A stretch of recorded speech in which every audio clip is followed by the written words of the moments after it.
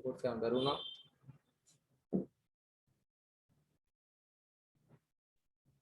අර S කාක්ෂික රේඛීය අතිච්ඡාදනය විතරයි.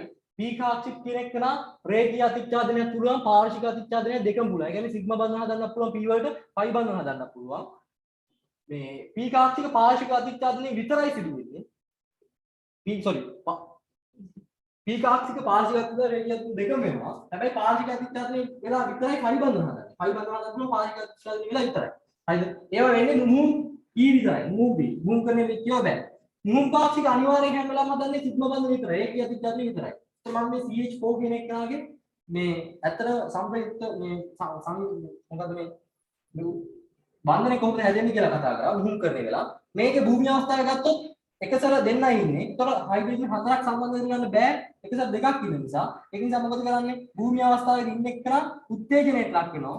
මේ යට ඉන්න එකසර ඉලෙක්ට්‍රෝනයක් මෙතන පයින්නවා. පැනනට පස්සේ මෙතනට එනවා. මේ දැන් එක සැරේකට හතරක් ඉන්නවා. හැබැයි හයිඩ්‍රජන්ට හතරක් ඉන්නවා කියලා හයිඩ්‍රජන් තුන් දෙනෙක් මෙයත් එක්කයි. මෙයත් එක්කයි හදාගන්නේ නැහැ.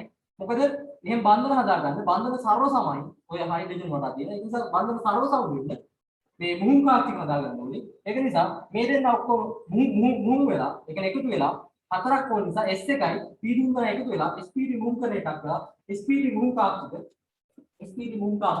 හතරක් හදාගන්නවා. ඒ හතර දෙනා අර 1s හයිඩ්‍රජන් එක්ක තනිතනියම වන්නේ හයිඩ්‍රජන් හතර දෙනා වටේට සිග්මා බන්ධන හදාගන්නවා. හරිද? සිග්මා බන්ධන හදාගන්නවා. මුහුම් කාක්ෂික හැම වෙලාවෙම සිග්මා බන්ධන හදාගන්නවා. ඔය විදිහට තමයි හැදෙන්නේ. හරිද? ඒතර මුහුම් කාක්ෂිකක් හැදෙන්නේ අනිවාර්යෙන් මොකද්ද? S එකයි P එකයි. ඒ කියන්නේ වෙනස් වර්ගයේ තියෙන උපශක්ති මට්ටම් දෙකක් එකතු වෙලා හෝ ඊට වඩා වැඩි ගන්න. එක වර්ගයක වෙන්න බෑ. හරිද? ඒතර මුහුම් කාක්ෂික වලින් හැදෙන එක ඒ මිශ්‍රණය එක්කගේ අතරමැද ශක්තියයක් ගන්නවා. ඒ වගේම අතරමැදි ගුණ ගන්නවා. ඒවා තමයි කියන්නේ. ඔක මේක ඕන කියලා දාගන්න ඕනේ නෑ. දන්නයි නිකන් මං කිව්වේ. ඕනයි දාගන්න.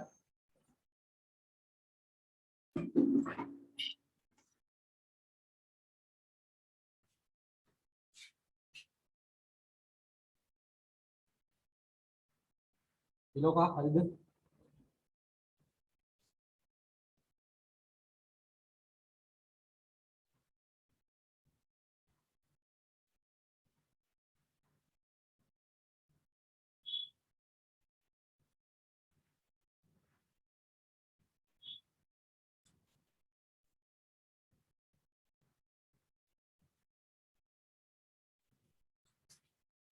ලක්ෂිකා හරිද? හරි සර්. අතුනි හරි සර්.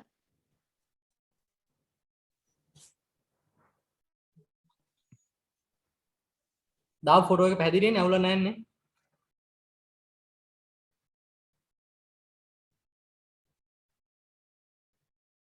තීක්ෂණ හරිද?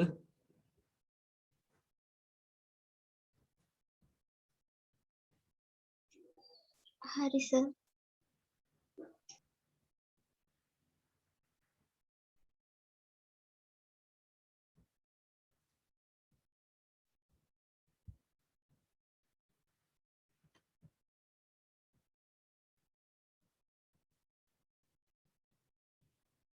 ලියන්න මෙහෙම. ලියාගන්න ওই ටික ලියාගන්න. ලියාගෙන ඉවරයි නම් ඉවරයි කියන්නේ. 500 හරිද?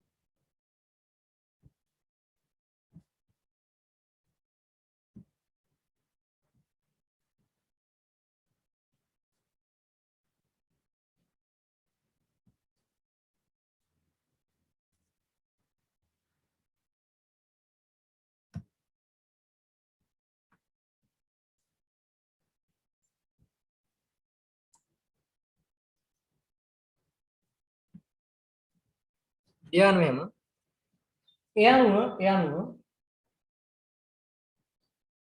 මුහුම්කරණය සැලකීමේදී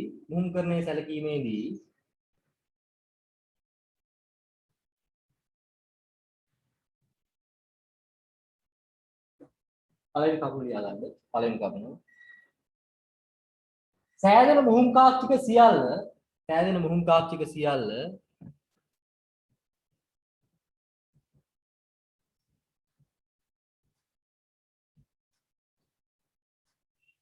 සෑදෙන මුහුම් කාක්ෂික සියල්ල සර්ව සමහා එකම ශක්තියයක් ගනී.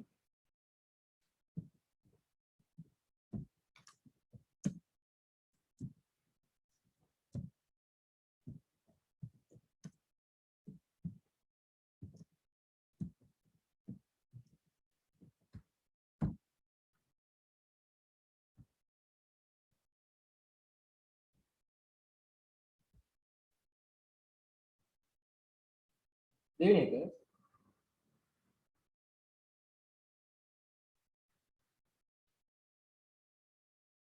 සෑමිට මුහුම් කාක්ෂික සෑදෙන්නේ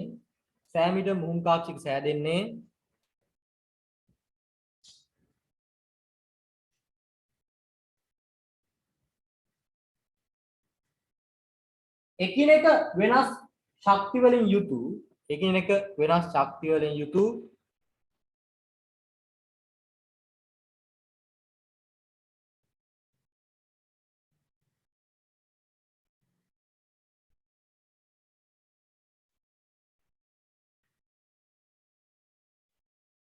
කාක්ෂික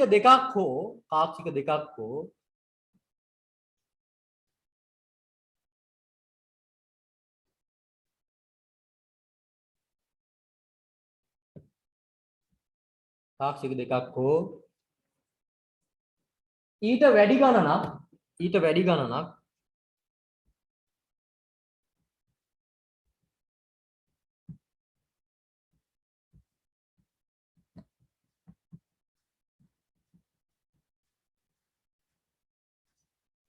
එකතු වීමෙනි.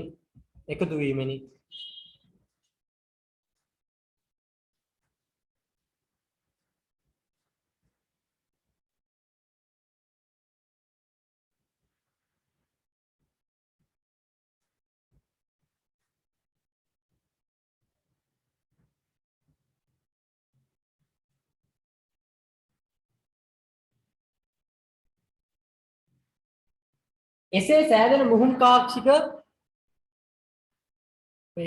මුහුම් කාක්ෂික වල ශක්තිය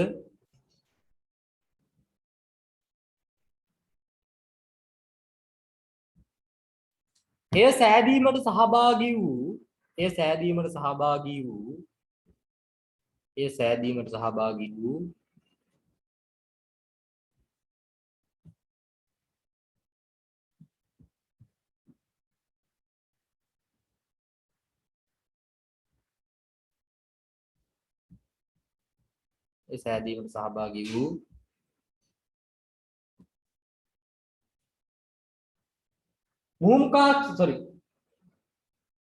කාක්ෂික දෙක අතර ශක්ති අගයක් ගනී.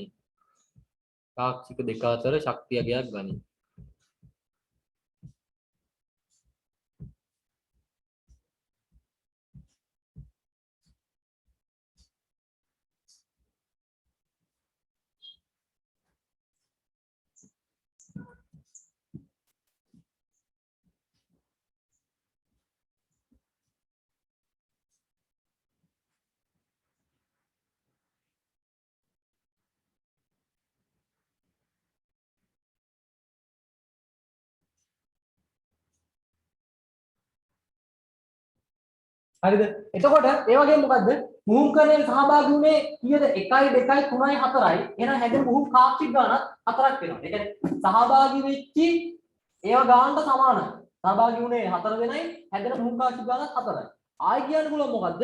මෙන්න මෙයාලගේ හැඩවලට වඩා මේ හැදෙන එක්කනගේ හැඩ වෙනස්. ඒකත් දෙන්න. මුහුම් කාක්ෂික වල හැඩය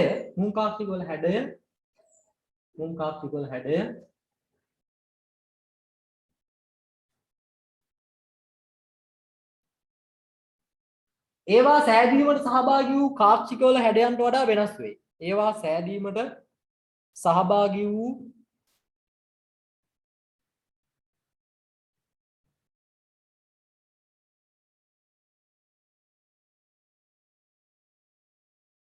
පාක්ෂිකවල හැඩයන්ට වඩා වෙනස් වේ.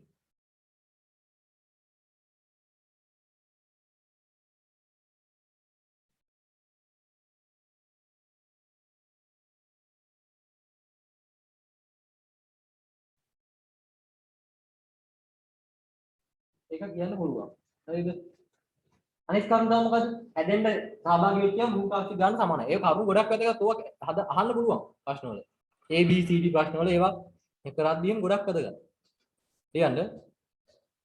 මුහුම්කරණයට සහභාගී වූ පරමාණු කාක්ෂික ගණනට මුහුම්කරණයට සහභාගී වූ පරමාණු කාක්ෂික ගණනට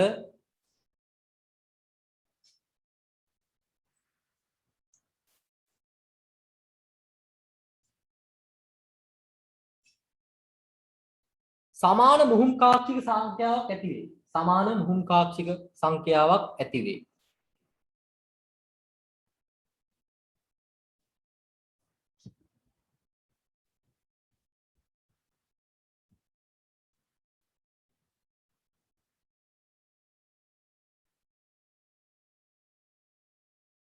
තොර මුහුම් කාක්ෂික හදන්නේ සිග්මා බන්ධන විතරයි. කලින් කිව්වා ඒකට උතන ලියාගමු. දැනගන්න ඕන කරුණු කොහොම දෙන්න. ආයි මම මේවා දෙන්නේ නැහැ. ඒ නිසා හොඳට පිළිවෙලට තියාගන්න.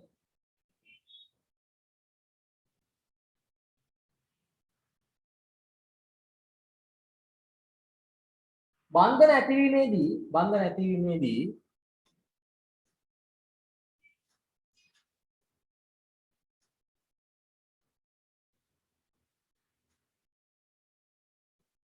කිසියම් පරමාණුවක මුහුම් කාක්ෂිකයක්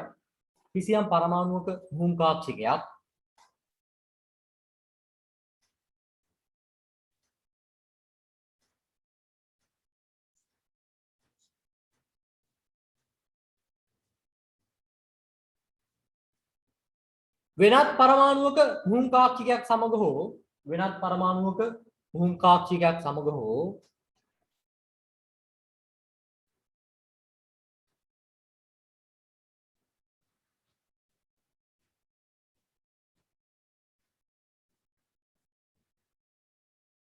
පරමාණුවක නුමුහුම් කාක්ෂිකයක් සමග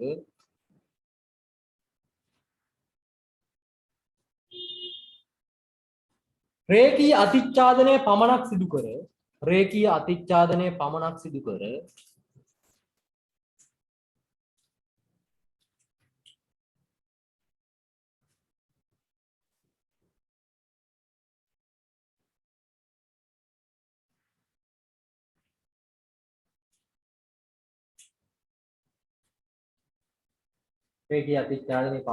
කර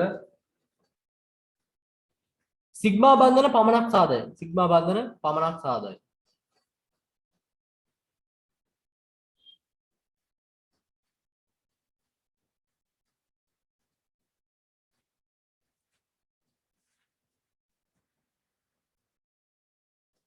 හරි ඊට පස්සේ ආයෙත් යන්න මොනවද?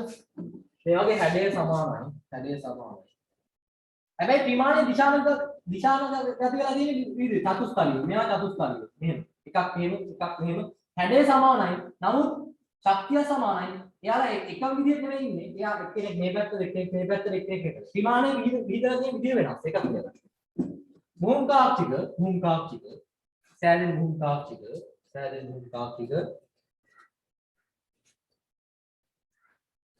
සියල්ලේම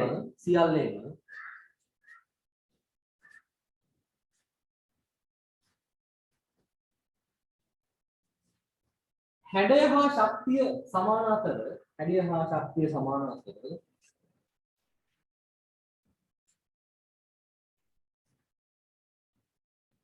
ත්‍රිමාණයේ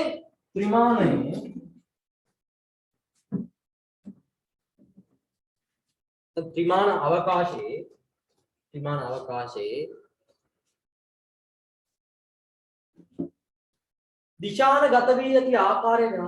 දිශානගත වී ඇති ආකාරය වෙනස් වේ.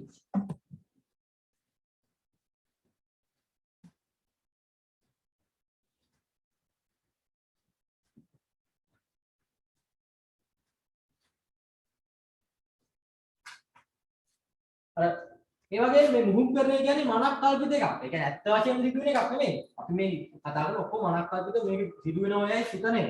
මනක් කල්පිත ක්‍රියාවලිය. ඒතකොට මේක නනුව අපි මුහුම්කරන අවස්ථා තුනක් ගැන කතා කරනවා. ඒක ගැන වෙනම කතා කරමු. ඒ වගේම හීලියම් වගේ තනියෙන් ඉන්න කට්ටිය උදකලා පරමාණු වලට මුහුම්කරණය කියන සංසිද්ධි දාන්නේ නැහැ. හීලියම් නියෝන් වගේ තනියෙන් ඉන්න කට්ටිය බන්ධන හදන්නේ නැත්නම් එයාලා දාන්නේ මුහුම්කරණය. කියන්නේ හීලියම් නියෝන් වැනි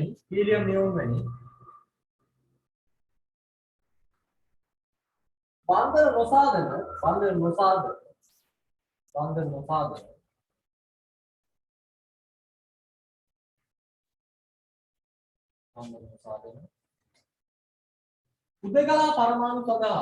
උදකලා පරමාණු සඳහා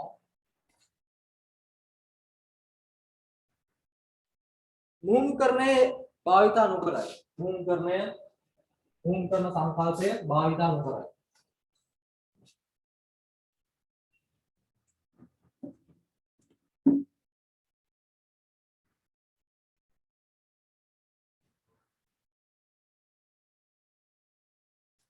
කියන්නේ ඊළඟ කරුණ මුහුම්කරණය යනු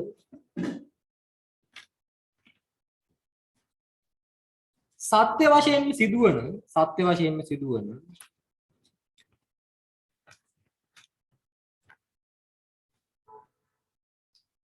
භෞතික ක්‍රියාවලියක් නොව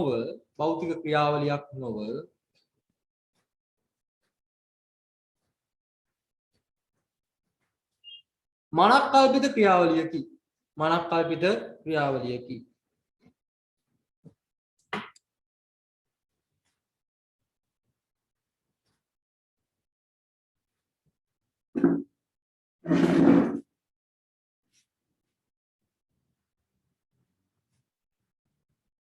මෙම මනක්කල්පිත ක්‍රියාවට අනුව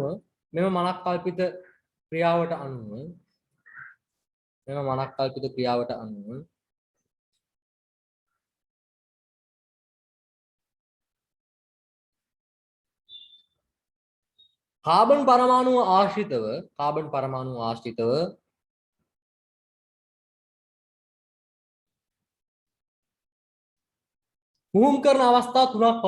මුහුම් කරන අවස්ථා තුනක් පවතී.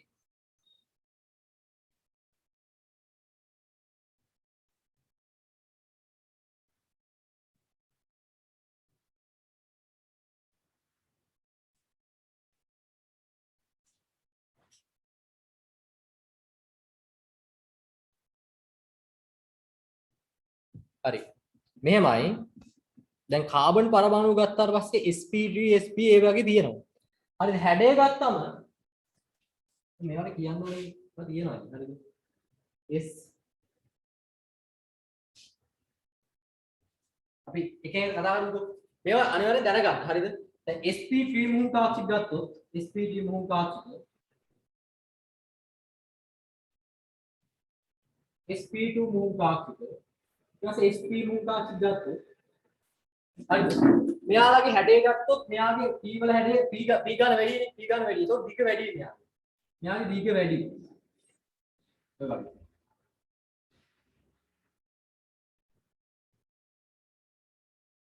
මෙයාගේ ටිකක් අර මෙයාට දිග ටිකක් අඩු.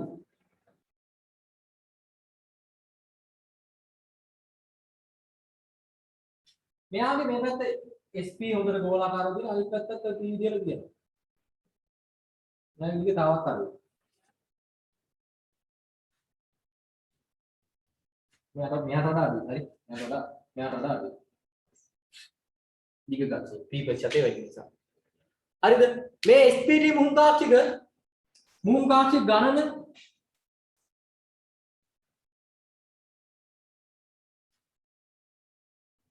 මුහුම් කාක්ෂික ගණන sp3 කියනකොට 1 2 3 4ක් තියෙනවා. මෙතන 1 2 3ක් තියෙනවා. 1 2 මුහුම් කාක්ෂික ගණන 2යි sp එකේ. මුහුම් කාක්ෂික ගණන 2යි. ඒතර මේවා විහිදෙන්නේ ත්‍රිමාණයේ විහිදලා තියෙන්නේ කොහොමද?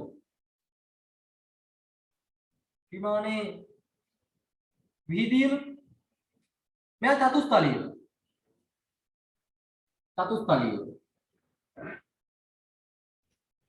මේක පළිය ත්‍රිකෝණාකාරයි. තුන්දෙනයිනේ. මෙයා රේඛීය. තලයේ ත්‍රිකෝණාකාර කියන්නේ තල එකම තලයේ නොවේ.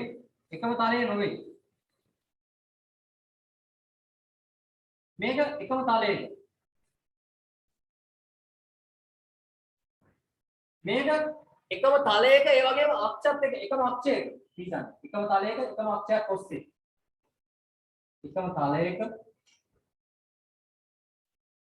එකම අක්ෂයක් ඔස්සේ.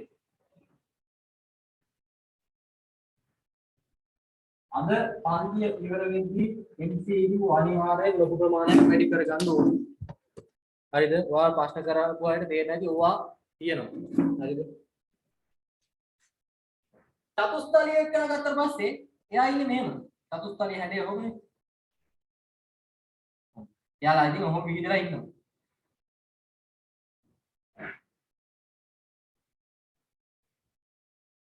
මේ මෙයාලගේ අක්ෂතර කෝණය අක්ෂතර කෝණය අක්ෂතර කෝණය අක්ෂතර කෝණය අක්ෂ අතර කෝණය මෙයාගේ 109යි චතුස්තලයේ නිසා 109ක් විතර 109.5ක් විතර හරිද 109ක් 109.5ක් ඒ වගේ දෙයි හරිද 109ක් 109.5ක් ඒ වගේ දෙයි හරිද සාමාන්‍යයෙන් මේ හරියට මෙතන 109.2ක් 3ක් වගේ ඔගේ මට ආදී බලන්න 109.5ක් 109.2යි 8ක් ඔය වගේ තමයි දෙන්නේ හරිද මෙයා තලිය ත්‍රිකෝණාකාරව පිටන්නේ තලිය ත්‍රිකෝණාකාරව මෙන්න කොහොම අක්ෂතර කෝණ 120යි අක්ෂතර කෝණ 120යි මෙයාගේ හැඩය මොන් ගියා ගෝලාකාරයක් තියෙනවා මේ ගෝලාකාරයක් තියෙනවා 120යි අක්ෂතර කෝණය පාක්ෂික අක්ෂතර කෝණය පාක්ෂික වල අක්ෂ අතර කෝණය ඒක සම්පූර්ණ එකක් දාන්න හරිද ඊට පස්සේ රේඛීය කියනකොට රේඛී කියන්නේ එකම තලයක එකම අක්ෂයක් ඔස්සේ තියෙන එකම තලයක එකම අක්ෂයක් ඔස්සේ මේ මෙයාගේ මේ 180යි 180 මෙයාගේ නුමුම්පි නෑ මෙයාගේ නුමුම්පි තියෙනවා මෙයාගේ නුමුම්පි තියෙන්නේ මෙයාට ලම්බකව මේ මම මේක වෙන ඔයාලා වෙන පාරකට මේ නුමුම්පි තියෙන්නේ මෙයාට ලම්බකව නුමුම්පි මෙයාගේ නුමුම්පි තියෙන්නේ තල දෙකක මේ තලෙයි ඊට පස්සේ මේ තලෙයි ලම්බක තල දෙකක මම මේක මෙහෙම අඳුන මෙයාගේ නුමුම්පි දෙන්න කොහොම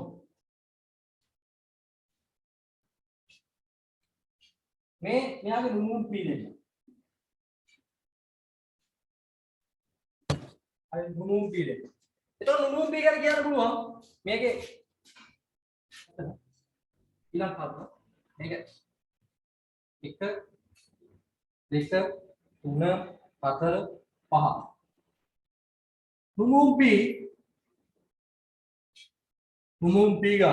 නුමුම්පි ගාන ගත්තට පස්සේ නුමුම්පි ගාන ගත්තට පස්සේ නුමුම්පි බිඳුවයි මෙතන නුමුම්පි 1යි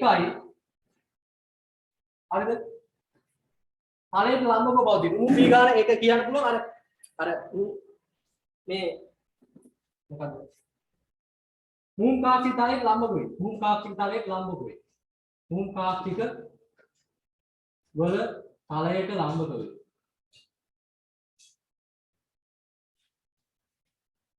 මේ සතු නෑනේ හරි මුම් කාක්ෂික තලය තමයි. මෙතන මුම් කාක්ෂික දෙකක් තියෙනවා. දෙකයි. එයාලා මුම් කාක්ෂික වල තලයට ලම්බකයි, මේ තලයට ලම්බකයි, එකිනෙකට ලම්බකයි.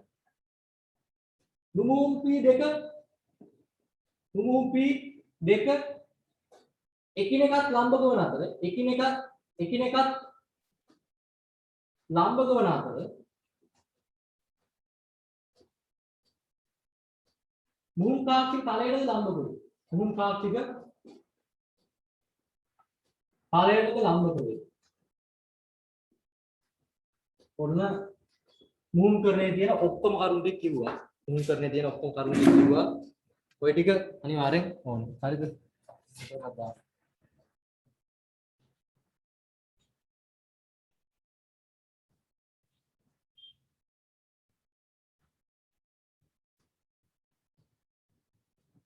අපි ඉන්ටර්වල් එකක් ගමු මේ ෆෝන් එකත් අත් වෙලා තියෙන්නේ මේ ඉන්ටර්වල් එකක් ගමු විනාඩි 15කින් ගමු මම ෆොටෝ එකක් දාන්නම් විනාඩි 15කින් එන්න හරිද